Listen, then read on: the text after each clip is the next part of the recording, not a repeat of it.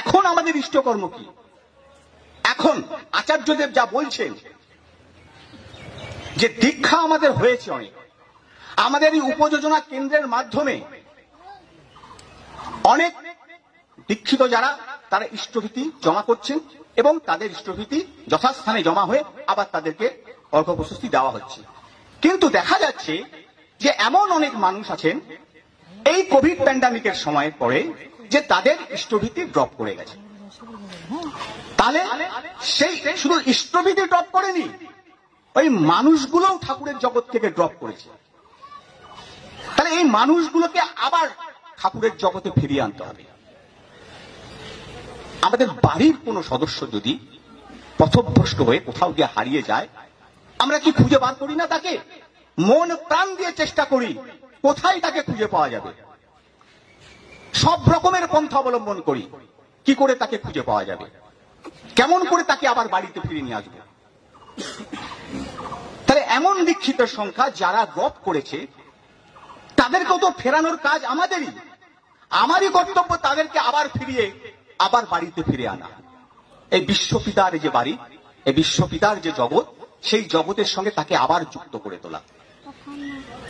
তাহলে আমি এই একটা মানুষ, আমি হয়তো 10টা মানুষের সঙ্গে দেখা করতে পারি, কিন্তু ওই 10টা মানুষ যখন আরো 10টা মানুষের সঙ্গে দেখা করবে, সেই 10টা মানুষ যখন আরো 10টা মানুষের সঙ্গে দেখা করবে, এইভাবে 10 10 10 10 করতে করতে সেটা কিন্তু লাখে পৌঁছে যাবে। তাহলে সেই কাজটা আরো সহজ হয়ে যাবে। যে একটা মানুষ হয়তো 10টা মানুষের দোরগোড়ায় পৌঁছালো, তাহলে 100টা মানুষ 1000টা মানুষের দোরগোড়াতে পৌঁছাতে পারবে। এটাই এখন আমাদের সর্বপ্রথম কর্তব্য, যে আমাদের হারিয়ে যাওয়া ভাইগুলোকে, হারিয়ে যাওয়া বোনগুলোকে, হারিয়ে যাওয়া আমার গুরু ভাইগুলোকে আবার আমাদেরকে এই ঠাকুরের জগতে ফিরিয়ে নিয়ে আসতে হবে। এটা হচ্ছে প্রথম কর্তব্য। তার মধ্যে দাদারা যারা যারা উপযোজনা কেন্দ্রের মাধ্যমে জড়িয়ে আছেন, তারাও নিজেদের মধ্যে একটা টিম করে নিতে পারেন। যেমন আমার অমু ভাই বলল যে আমাদের পূজ্যপাদ অবিন দাদা দেওঘরে যত গুরু ভাইরা আছেন তাদেরকে নিয়ে 5 জন করে, 6 জন করে, 8 জন করে এক একটা টিম বানিয়ে দেওঘরের আশেপাশে যত গ্রাম আছে, যত দীক্ষিতের সংখ্যা আছে, সব লিস্ট বার করেছেন তিনি আগে। কোথায় কোথায় দীক্ষা হয়েছে, তাদের নাম, ঠিকানা, এগুলো সব জোগাড় করেছেন। এবার আস্তে আস্তে তাদের পিনকোড নম্বর, তাদের ফোন নম্বর সবকিছু জোগাড় হচ্ছে। এইবার সেই দাদারা 10 জন 5 জন করে মুভ করে সেই সব গ্রামে গিয়ে সেই মানুষজনগুলোকে আবার ঠাকুরের কথা বলে এই জগতে আবার ফিরিয়ে আনছে। এইভাবে দেখা গেল এই কিছুদিন আগে 23 তারিখে বহু মানুষ যারা ইষ্টভীতি করা ছেড়ে দিয়েছিল, যারা ঠাকুরের জগৎ থেকে সরে গিয়েছিল, এমন বহু মানুষ আবার এই জগতে ফিরে এসছে, আবার যুক্ত হয়ে তারা আবার ইষ্টভীতি শুরু করেছে এবং তা ফিলান্থ্রপিসে জমা হচ্ছে। তাহলে তিনি তো আমাদেরকে করে দেখিয়ে দিলেন কেমন করে করা যায়। আপনারা জানেন যে সেইভাবে পুরো ভারতবর্ষে সব স্টেটে পূজ্যপাদ অবিন দাদা সেইভাবে তৈরি করছেন টিম, এবং সেই সব লিস্ট বার হচ্ছে। তাদের বাড়ি কোথায়, যারা ইষ্টভীতি ড্রপ করে গেছে তাদের বাড়ি কোথায়, তাদের ফোন নম্বর কি, তাদের কোন পাড়ায় থাকে, কি হয়, পিনকোড নম্বর আগে বার করা হচ্ছে। সেই সব জায়গায় গিয়ে তারা তাদেরকে আবার রিভাইভ করে তাদেরকে আবার ঠাকুরের জগতে নিয়ে আসছে। এটাই তো আমাদের প্রধান কর্তব্য, এটা আমার প্রাণের কর্তব্য, যে আমার হারিয়ে যাওয়া ভাই বোনগুলোকে আবার আমাদের জগতে ফিরিয়ে যেতে হবে, আমাদের বাড়িতে ফিরিয়ে নিয়ে আসতে হবে। আমাদের শুধু তার ইচ্ছাকে পূরণ করতে হবে, আমার মনের ইচ্ছাটা তার ইচ্ছার সঙ্গে জড়িত রাখতে হবে।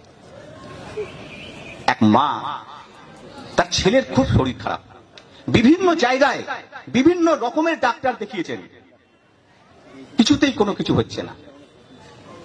এসছেন ঠাকুর বাড়িতে, ঠাকুরের কাছে এসে ঠাকুরকে বলছেন, ঠাকুর এই আমার ছেলে, এর শরীর খুব খারাপ, কিছুতেই ভালো হচ্ছে না, একমাত্র আপনার আশীর্বাদ ছাড়া ঠাকুর এর কখনো শরীর ভালো হতে পারবে না। আপনি যদি একটু বলে দেন তাহলেই ওর শরীর ভালো হয়ে যাবে, আপনি একটু আশীর্বাদ করেন তাহলেই ওর শরীর ভালো হয়ে যাবে।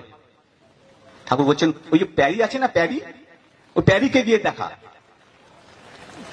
প্যারি মানে প্যারি দা ডাক্তার, তাকে গিয়ে দেখা। তাও মা আবার বলছেন যে না ঠাকুর, আমি অনেক ডাক্তার দেখিয়েছি, ওই ডাক্তার কিছু হবে না, আপনি যদি বলে দেন তাহলেই ঠিক হবে। ঠাকুর বলছেন আমি তো তাই কই। ওই প্যারিকে গিয়ে দেখা। বারবার তিনি একই কথা বলছেন আর ঠাকুর এসে একই কথা বলছেন, প্যারিকে গিয়ে দেখা। পাশের থেকে এক দাদা উঠে বলছেন আরে আপনি বুঝতে পারলেন না, এটাই তো ঠাকুরের নির্দেশ, ঠাকুর তো ওইটাই আশীর্বাদ করছেন যে প্যারি ডাক্তারকে দেখানোর জন্য যান। ঠাকুর যখন আশীর্বাদ করে দিয়েছেন গিয়ে দেখান। সেই মা তাকে নিয়ে গিয়ে প্যারিদাকে গিয়ে দেখালেন। প্যারিদা দেখে থেকে ওষুধপত্রের কথা বলে দিলেন, সে ওষুধপত্র খেয়ে ছেলে ভালো হয়ে উঠল। এইরকম আমরা আমাদের ইচ্ছেটাকে তাকে ঠেলে দিই তার দিকে, আমরা আশীর্বাদ নিতেই জানি না, আমরা আমাদের বৃত্তি প্রবৃত্তি মুখন চাল চলনে চলি। তার ইচ্ছেটা কি সেইটাকে আমাদের কাছে জানতে হবে। আমার ইচ্ছেটাকে তার উপর চাপিয়ে দেবো না। তিনি কি ইচ্ছা প্রকাশ করেছেন, তিনি কি বলছেন, তিনি কি চাইছেন, সেইটা আমাকে আগে জানতে হবে। আর সেই রকম আমাকে কর্ম করতে হবে। এই কর্মটা যখন তার ইচ্ছা অনুযায়ী হয়, আমার ইচ্ছা অনুযায়ী নয়, সবসময় এটা মনে রাখতে হবে, কর্মটা হবে তার ইচ্ছা অনুযায়ী। বর্তমান আচার্যদেব যা বলে দিচ্ছেন সেই কর্ম আমাকে তার ইচ্ছা অনুযায়ী কর্ম করতে হবে, তবেই কিন্তু আমাদের সুফল আসবে। আমরা প্রত্যেকেই আনন্দে থাকতে চাই, ভালো থাকতে চাই, শান্তিতে থাকতে চাই, সুখে থাকতে চাই। আর এই আনন্দের খোঁজের জন্যই আমরা কিন্তু অনেক রকমের অসুবিধা থাকা সত্ত্বেও, অনেক রকমের সংশয় থাকা সত্ত্বেও, অনেক রকমের জ্বালাতন থাকা সত্ত্বেও আমরা কিন্তু ইষ্টমুখী হয়ে শান্তির খোঁজে সেই দেওঘরে যাই। আজ এই প্যান্ডামিকের অবসানের পর আজকে কিন্তু আচার্যদেব অনেকক্ষণ সময় ধরে দেওঘরে তিনি বসে থাকেন সবার সঙ্গে দেখাশোনা করার জন্য। সবাই চেষ্টা করবেন দেওঘরে গিয়ে আচার্যদেবের সঙ্গে দেখা করার কথা, দেখা করবেন, তার আশীর্বাদ নেবেন, সেই অনুযায়ী চলবেন, চলে নিজেদের জীবন যেমন ধন্য করবেন তেমন অন্যকেও ভালো রাখার রাস্তা খুঁজে পাবেনই পাবেন। তাই চিন্তার কোনো কারণ নেই। সবাই আনন্দে থাকবেন, ভালো থাকবেন, সুখে থাকবেন, শান্তিতে থাকবেন, এই আমাদের আপনাদের কাছে প্রার্থনা। আমার আচার্যদেবও যা চাইছেন সেইটাই আপনাদের কাছে আমি উপস্থাপনা করলাম, যে আনন্দে থাকতে গেলে যিনি আনন্দের সবটুকু জানেন তাকে আমাকে মেনে চলতে হবে। কোনো প্রশ্ন থাকবে না, কোনো কোশ্চেন হবে না। তিনি যা বলছেন সেটাকে নির্দ্বিধায় পালন করে চলতে হবে। জয় গুরু। সবাই ভালো থাকবেন, আনন্দে থাকবেন। জয় গুরু।